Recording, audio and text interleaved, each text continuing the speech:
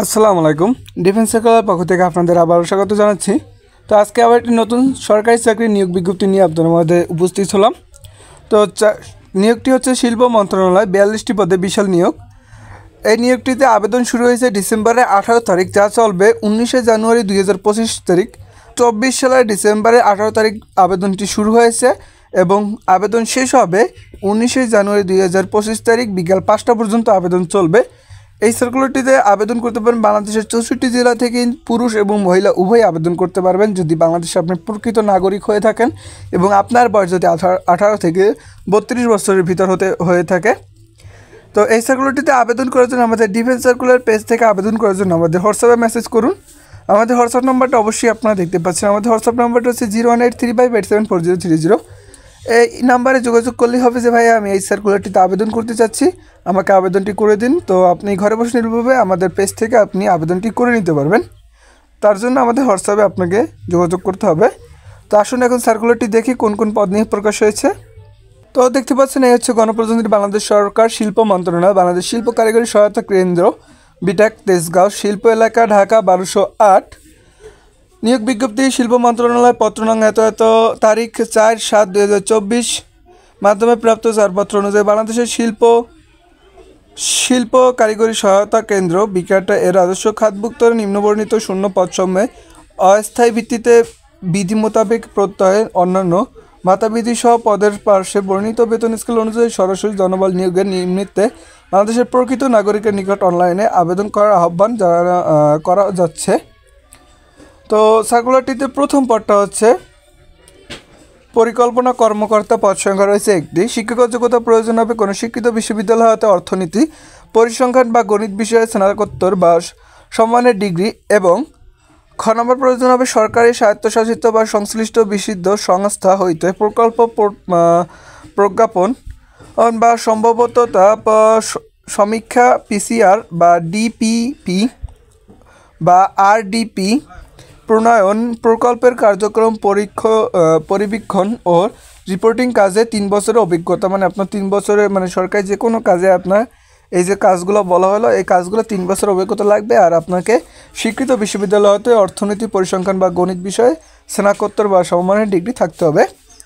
তো এটার বেতন স্কেল হচ্ছে 22,000 থেকে 53,060 টাকা পর্যন্ত এবং তথ্য সরকারি নিয়ম অনুযায়ী অন্যান্য ভাতাও আপনি পেয়ে যাবেন অন্যান্য সুবিধা আর কি ভাতা সহ। আপনার বেতন স্কেলটা হচ্ছে 22,000 থেকে 53,060 টাকা এবং এর সাথে আপনি ভাতাও পাবেন। তো দ্বিতীয় নম্বর পদটি হচ্ছে এস্টিমেটর, পদ সংখ্যা রয়েছে 3টি। শিক্ষাগত যোগ্যতা হচ্ছে কোনো স্বীকৃত প্রতিষ্ঠান বা ইনস্টিটিউট হতে যন্ত্র প্রকৌশলী বা তড়িৎ প্রকৌশলী বা অনুরূপ প্রকৌশলী বিষয়ে ডিপ্লোমা থাকতে হবে। এই দ্বিতীয় নম্বর পদটির বেতন গ্রেড হচ্ছে 12,500 থেকে 30,230 টাকা পর্যন্ত এবং ভাতা তো আছেই। তৃতীয় নম্বর পদটি হচ্ছে লাইব্রেরিয়ান, পদ সংখ্যা রয়েছে একটি। শিক্ষাগত যোগ্যতা প্রয়োজন হবে কোনো স্বীকৃত বিশ্ববিদ্যালয় হতে গ্রন্থাগার বিজ্ঞানে 2য় শ্রেণী বা সম্মানের সিজিপিএ স্নাতক বা সম্মানের ডিগ্রি এবং কোনো স্বীকৃত বিশ্ববিদ্যালয় হতে অন্যান্য 2য় শ্রেণী বা সম্মানের সিজিপিএ স্নাতক বা সম্মানের ডিগ্রি গ্রন্থাগার বিজ্ঞানে ডিপ্লোমা থাকলে আপনি তৃতীয় নম্বর পদটিতে আবেদন করতে পারবেন। বেতন গ্রেড হচ্ছে 11,000 থেকে 26,590 টাকা পর্যন্ত এবং অন্যান্য ভাতা। 4 নম্বর পদটি হচ্ছে সহকারী গুদাম রক্ষক, পদ সংখ্যা রয়েছে 2টি। শিক্ষাগত প্রয়োজন হবে কোনো স্বীকৃত বোর্ড হতে উচ্চ মাধ্যমিক সার্টিফিকেট এবং সমমান পরীক্ষা উত্তীর্ণতা এবং কম্পিউটার চালানোর দক্ষতা থাকলে আপনি এই যে 4 নম্বর পদটি সহকারী গুদাম রক্ষক পদটিতে আবেদন করতে পারবেন। বেতন গ্রেড হচ্ছে 9,300 থেকে 22,490 টাকা এবং অন্যান্য সরকারি ভাতা তো আছে। 5 নম্বর পদটি হচ্ছে জুনিয়র টেকনিশিয়ান। এই জুনিয়র টেকনিশিয়ানে আবার অনেকগুলো ভাগের পদ আছে।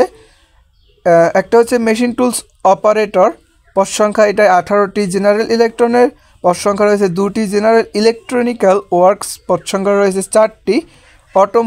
অটোমোটিভ পদ সংখ্যা রয়েছে 1টি। রেফ্রিজারেশন অ্যান্ড এয়ার কন্ডিশনিং পদ সংখ্যা রয়েছে 2টি। ওয়েল্ডিং অ্যান্ড ফেব্রিকেশনের পদ সংখ্যা রয়েছে 4টি এবং কম্পিউটার ও তথ্য প্রযুক্তিতে পদ সংখ্যা রয়েছে 2টি।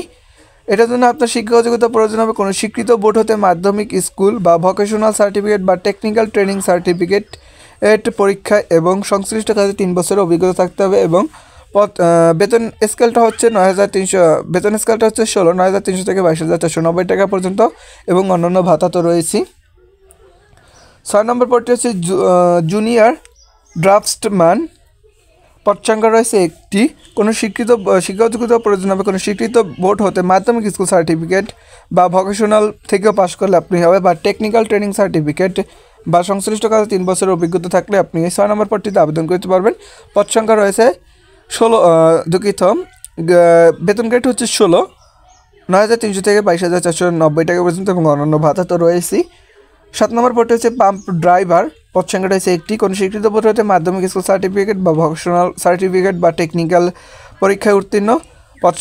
বেতন গ্রেড হচ্ছে 18টি, 18 বেতন গ্রেড, দুঃখিত, বেতন গ্রেড 18 এবং 8,800 টাকা থেকে 21,310 টাকা পর্যন্ত এবং অন্যান্য ভাতা আপনাকে প্রদান করা হবে।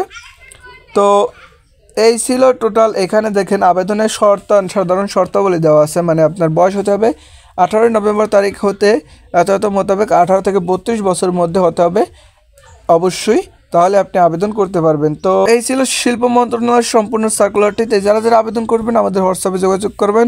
ধন্যবাদ সবাইকে, ভালো থাকবেন, আল্লাহ হাফেজ।